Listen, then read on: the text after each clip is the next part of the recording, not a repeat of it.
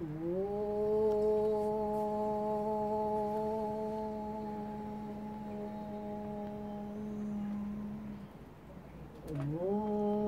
भूर्भुवः स्वः तत्सवितुर्वरेण्यं भर्गो देवस्य धीमहि धियो यो नः प्रचोदयात्। तूने हमें उत्पन्न किया, पालन कर रहा है तू, तुझसे ही पाते प्राण हम, दुखियों के दुख हरता है तू।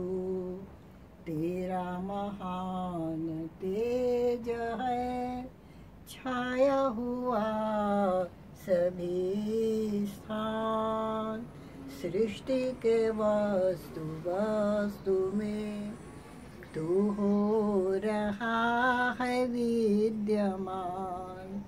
तेरा ही धरती ध्यान हम मांगते तेरी दया। ईश्वर हमारे बुद्धि को श्रेष्ठ मार्ग पर चला, श्रेष्ठ मार्ग पर चला।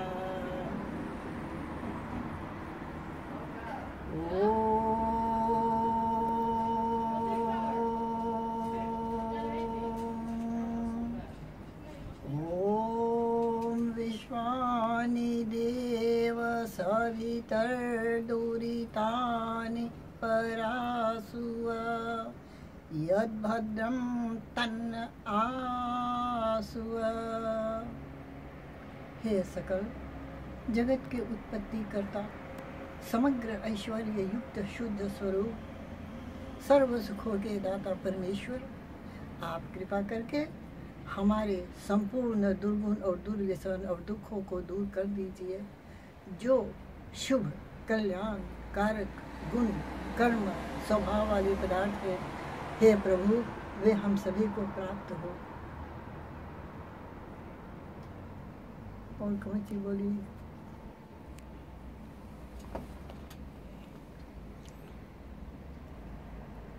परमात्मा की महिमा बड़ी महान है। उसका बनाया हुआ जो संसार है, दुनिया है, उसमें हमारा जीवन है। अपने जीवन के कुछ अनुभव और परमात्मा के कारीगरी को बताइए। आपने तो पूरा जीवन इसी धर्म अनुष्ठान में, प्रचार में, पढ़ने पढ़ाने में लगाया है, और उसकी महिमा का कुछ गान करो, बताओ कुछ बच्चों के लिए अनुभव। सूरीनाम के बचपन के, जन्म के, माता पिता के, परिवार के बारे में कुछ बोलो।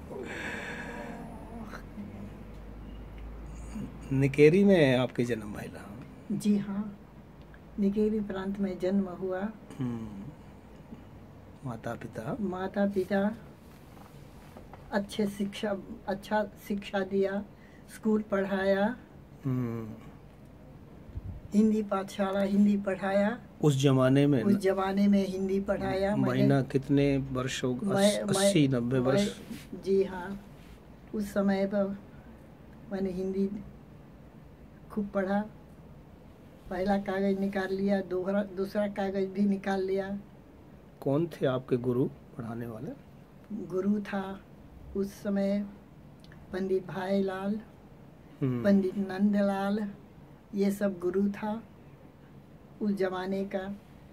वहाँ कोई संस्था थी? वहाँ पर संस्था थी, या बहुत से सारे लोगों अपने बच्चों को हिंदी पढ़ाते थे, भजन सिखाते थे, यज्ञ का कार्यक्रम सिखाते थे। कोई मंदिर में या घर में?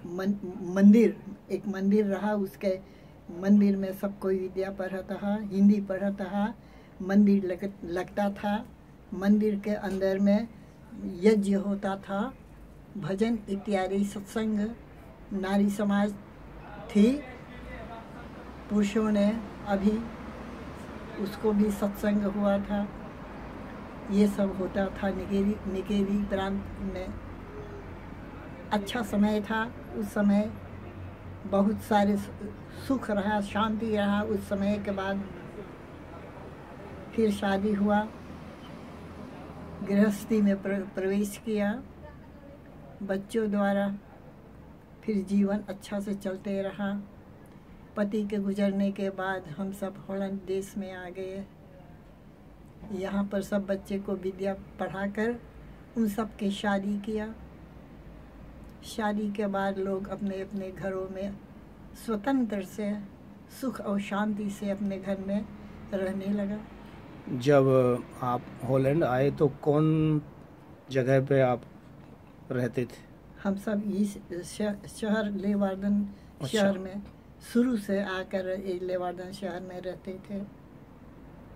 यहीं सब बच्चे पैदा हुए? सब बच्चे यहाँ पर पढ़कर बड़ा हुआ और शादी होकर वो सब अलग अलग शहरों में जाकर रुके।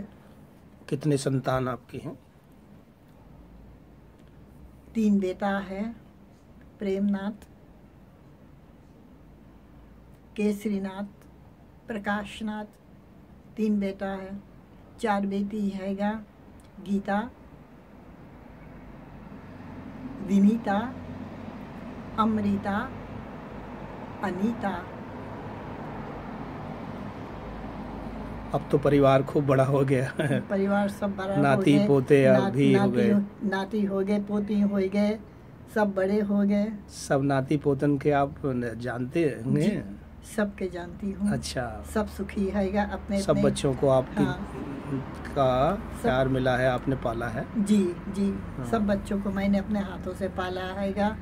जो छोटे छोटे बाद में आए वो सबको पाला है। और फिर यहाँ आकर के भी आपने पढ़ाई की है मंदिर में, सत्संग, प्रचार, पंडित पंडिता, यज्ञ, हवन? जी हाँ। तो वो कैसे शुरू हुआ, कहाँ से, तो उसका बताएं। ऐसे हुआ, बच्चे जब घर से बाहर निकल गए, सबके शादी हो गए, तब हम सोचे कि मैं क्या करूं, अकेली हूं। तो मैंने हिंदी तो मैं आगे से पढ़ी थी, मेरे को मालूम रहा हिंदी ठीक से, लेकिन अब आगे चल कर मैं और गहराई में हिंदी के गहराई में मैंने शुरू किया। पंडित जीवन के पास जाकर वहाँ पर हिंदी पढ़े, व्याकरण पढ़े, थोड़ा व्याकरण पढ़े, हिंदी पढ़े, भजन सीखे। और वहाँ से हम सब आगे चलकर यज्ञ सीखे। तो बहुत लंबा पड़ता होगा आपको, इतनी दूर तक आप पढ़ने के लिए, विद्या प्राप्ति के लिए, तो ये बहुत बड़ी हिम्मत वाली बात है कि इतनी लगन से आप इतना दूर तक जाते थे, सत्संग करते थे। जी जी जी तो जी। और फिर आपने फिर यहाँ कैरक में भी, गोरे लोगों के बीच में भी जगह जगह पर काम किया है, उसके बारे में बताएं। आगे चलकर मैंने सत्संग गोरे में मिलकर सत्संग किया। और जहाँ पर 7 धर्म काम करते हैं, सभी धर्म के साथ में हम सब जगह जगह और देश देश में, अरे शहर में हम सब प्रचार किया। सब धर्मों के साथ में मिलकर 20 साल तक हमने उन लोगों के साथ में मिलकर प्रचार किया। और ये माता जी का स्थान है। और अभी तक लोगों ने मेरे को खोज रहे हैं कि रमाई जी आओ मिल के काम करें। लेकिन मेरी अवस्था तो इतनी बड़े हो गए कि कितनी अवस्था हो गई आपकी? 86 साल हो गए। 86 साल हो गए। सेशन तक यार हो गए। 86 वर्ष की माता जी हैं, जो अभी भी स्वस्थ है पूरी तरह। सब अपना काम करती हैं, प्रचार भी करती हैं और पढ़ाती भी हैं। विद्या पढ़ाती हैं, नारियों को सत्संग भजन कीर्तन सिखाती हैं जी। और स्वयं भी, मैंने अभी पूछा कि क्या पढ़ती हैं तो बोले व्याकरण पढ़ती हैं। इस उम्र में 80-90 वर्ष की आयु में देख लीजिए, व्याकरण जो सबसे कठोर विषय होता है, शुष्क विषय होता है, ऐसे ग्रंथों को आप व्याकरण के शास्त्रों को पढ़ रही हैं, तो बहुत महान आत्मा है। इन्होंने जीवन भर जो तपस्या की हुई है, सभी बच्चों को पाल पोस कर बड़ा किया। सभी बच्चे मैं जानता हूँ कि सभी धार्मिक हैं, आस्तिक हैं और अच्छी बुद्धि वाले हैं, सब बहुत ही शांत स्वभाव वाले हैं। सबके अंदर नाथ, प्रेमनाथ और कौन से केसरीनाथ, प्रकाशनाथ, विसोंदर, बहुत सुंदर नाम सबके रखे हैं। तो माता जी ने अपने पति के देहांत के बाद भी हिम्मत नहीं हारी, हॉलैंड आकर सब बच्चों का पालन पोषण और उनको सब अच्छी ढंग से परवरिश की और फिर धर्म प्रचार में जुट गई, विद्या के प्रचार में और विद्या की प्राप्ति में, जो अभी तक चल रहा है। और माता जी का जो पुस्तकालय है बहुत बड़ा है, अभी आप देखेंगे। तो माता जी भारत में भी आप बहुत बार गई हैं, बहुत संस्थाओं को आपने दान किया है, वहाँ पर मकान बनाए हैं, भवन बनाए हैं, गुरुकुल इत्यादि में गई हैं जी। तो वो सब के बारे में भी आप उनको थोड़ा बता दें। मैंने 1980 में पहला बार हम सब गए अपने साथियों के साथ में, अपने सहेलियों के साथ में गए हैं। तो थोड़ा देशों में भ्रमण किया है, जैसे इंडोनेशिया है और देशों में गए हैं। बाद में हम सब भारत भी गए हैं, इंडिया गए हैं, उसमें रहे तो मेरे को बड़ी अच्छा लगा। तो उसके बाद 1 साल बाद मैंने फिर से कोशिश किया भारत जाने के लिए, मेरे को बहुत अच्छा लगा तो मैंने फिर गई और हर एक दूसरे साल पर मैंने भारत पहुँचे, हर एक गांव खोजे, अपना पूर्वजों की जगह खोजे, कौन कहाँ रहता है, उस सब के खोज के कहीं पता भी नहीं मिला।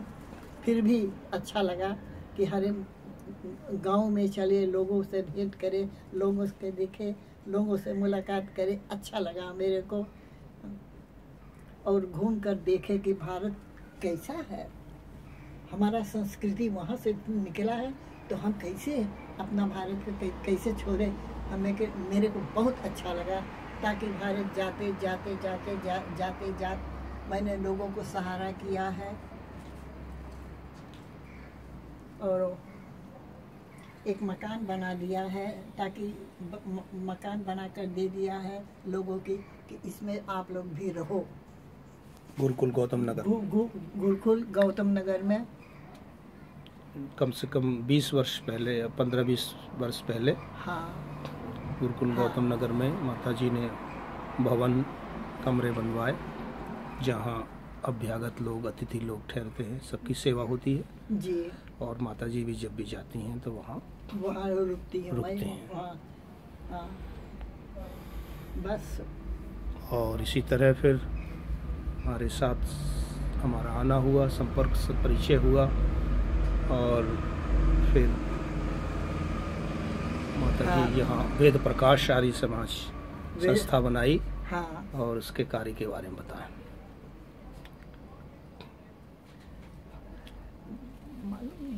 कौन साल में वेद प्रकाश का उद्घाटन हुआ, ठीक से मालूम नहीं है, देखना पड़ेगा जी। हाँ, लेकिन मेरे याद भी नहीं है। हाँ। मैं भूल गई। जब से तो मैं हूँ तब से तो लेवार्दन में ही आप उसके कार्यक्रम करते रहे हैं।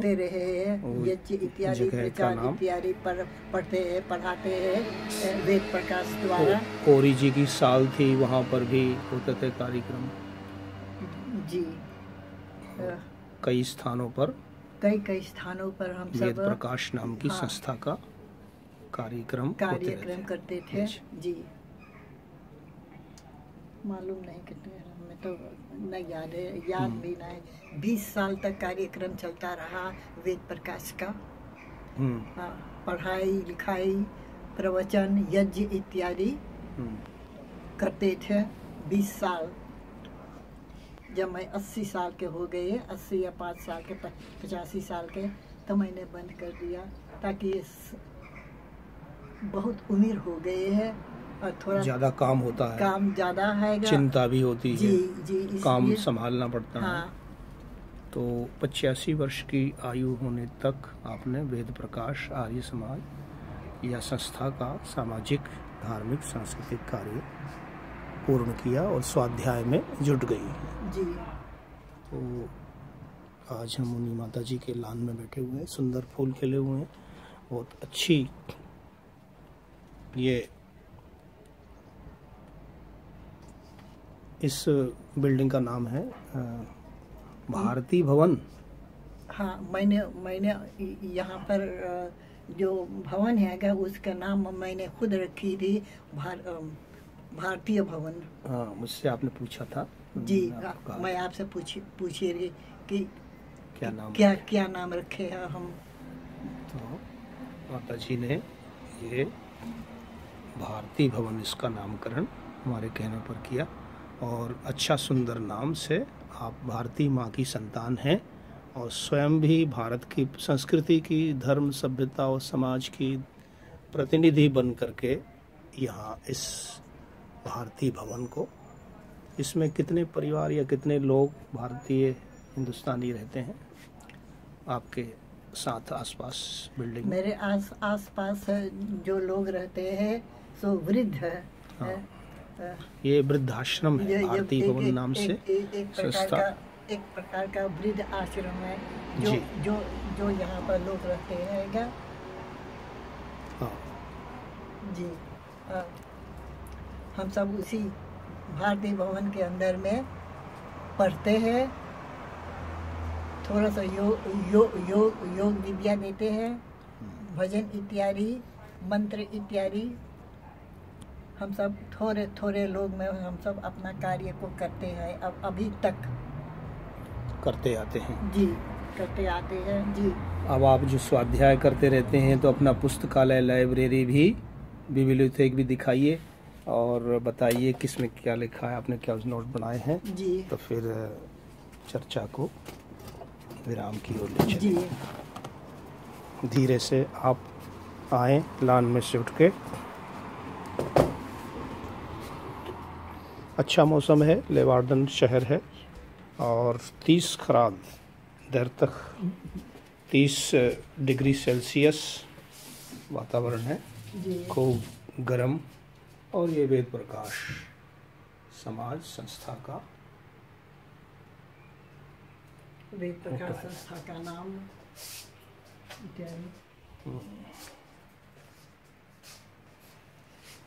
तो आपके पुस्तकालय में आप पहने रहो।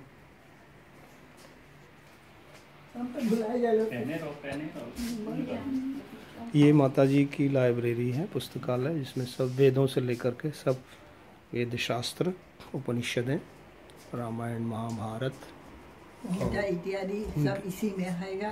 हाँ। हाँ। और बहुत श्रद्धा पूर्वक ये विद्या का पठन पाठन और सब चीज़ें माता जी करती हैं। यहाँ देखो सुंदर अपने गुरुओं का सजाया हुआ है। महर्षि दयानंद सरस्वती को अपना गुरुदेव मानती हैं और समाज के नियम सब लिखे हुए हैं। और भारत का ध्वज भी, झंडा भी फहराया हुआ है। आज 14 अगस्त है, कल 15 अगस्त को पूरे विश्व में भारतीय हिंदुस्तानी लोग तिरंगा झंडा फहराते हैं। माता जी के घर में भी झंडा फहरा रहा है। झंडा ऊंचा रहे हमारा, विजयी विश्व तिरंगा प्यारा, झंडा ऊंचा रहे हमारा। माता जी बहुत अच्छा घर आपने सजाया है और सभी यादगार स्मृति चिन्ह बहुत सारे रखे हैं। तो आप बताइए और कुछ। ये पुस्तकालय जो हैगा, इसी में से एक एक पुस्तक मैं निकाल कर रोजाना पढ़ती हूँ। हाँ, जो पुस्तक का रुचि है उसी को निकाल कर पढ़ती हूँ। वो गीता हुआ, उपनिषद है, इसी को निकाल कर पढ़ती हूँ। ये वेदों का स्वाध्याय, उपनिषदों का स्वाध्याय, और साथ में आप पढ़ाती भी हैं अभी भी? जी, अभी भी विद्यालय चलता है, शिक्षा भी देती हैं माता जी। इस प्रकार हो